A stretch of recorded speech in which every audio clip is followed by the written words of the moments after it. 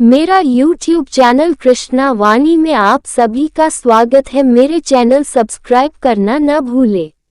चौथे अध्याय में श्री कृष्ण अर्जुन को दिए जा रहे दिव्य ज्ञान के आदिकालीन उद्गम को प्रकट करते हुए उसमें उसके विश्वास को पुष्ट करते हैं।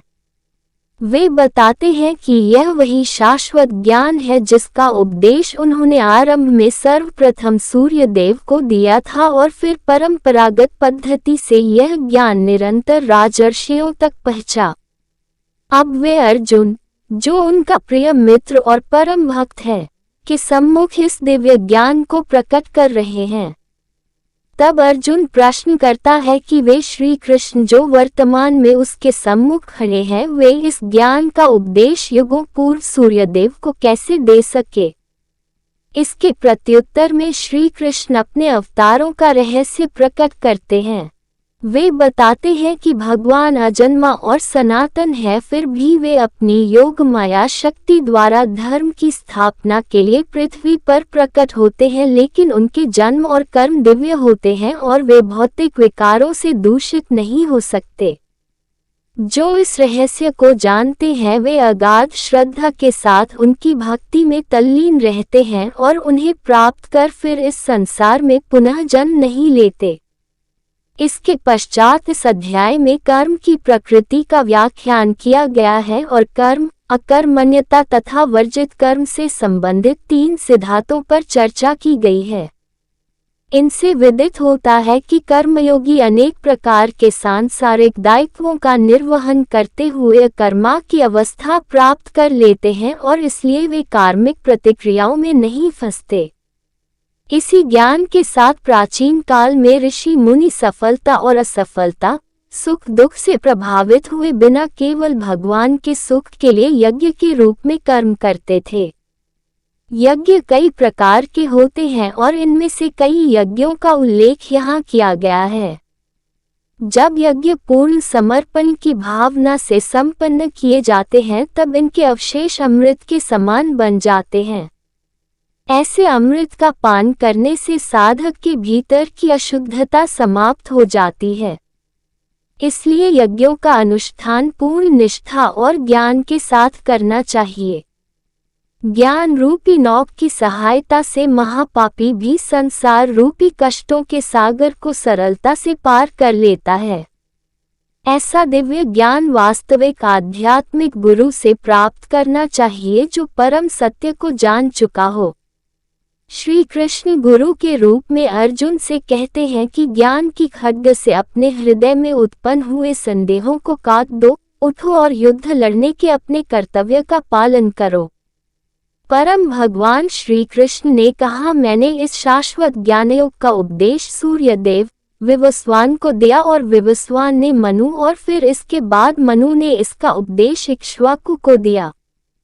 हे शत्रुओं के दमन करता, इस प्रकार राजर्षियों ने सतत गुरु परंपरा पद्धति द्वारा ज्ञान योग की विद्या प्राप्त की, किंतु अनंत युगों के साथ यह विज्ञान संसार से लुप्त हो गया प्रतीत होता है।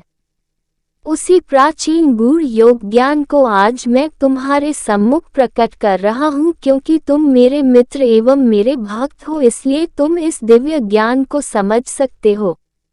अर्जुन ने कहा, आपका जन्म विवस्वान के बहुत बाद हुआ, तब मैं फिर यह कैसे मान लूं कि प्रारंभ में आपने उन्हें इस ज्ञान का उपदेश दिया था।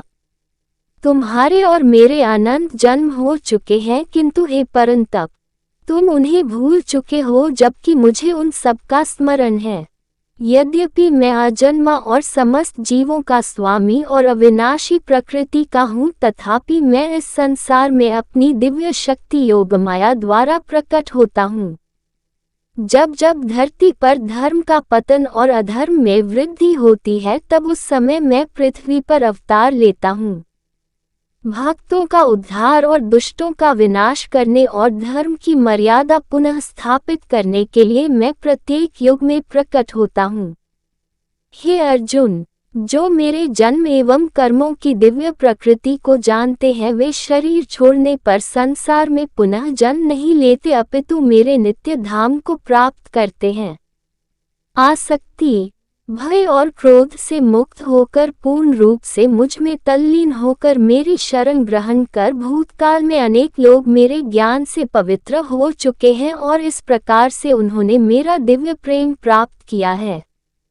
जिस भाव से लोग मेरी शरण ग्रहण करते हैं उसी भाव के अनुरूप मैं उन्हें फल देता हूँ।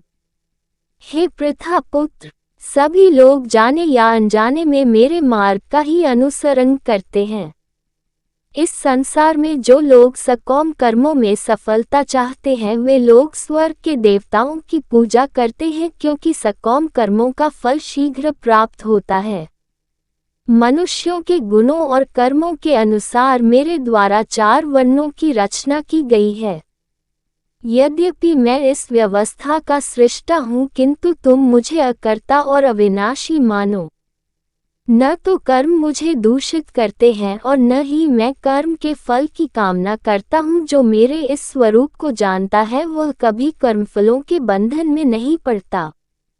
इस सत्य को जानकर प्राचीन काल में मुक्ति की अभिलाषा करने वाली आत्माओं ने भी कर्म किए, इसलिए तुम्हें भी उन मनीषियों के पद चिन्हों का अनुसरण करते हुए अपने कर्तव्य का पालन करना चाहिए। कर्म क्या है और अकर्म क्या है, इसका निर्धारण करने में बुद्धिमान लोग भी विचलित हो जाते हैं। अब मैं तुम्हें कर्म के रहस्य से अवगत कराऊंगा जिसे जानकर तुम सारे लौकिक बंधनों से मुक्त हो सकोगे। तुम्हें सभी 3 कर्मों अनुमोदित कर्म, विकर्म और अकर्म की प्रकृति को समझना चाहिए। इनके सत्य को समझना गहन और कठिन है।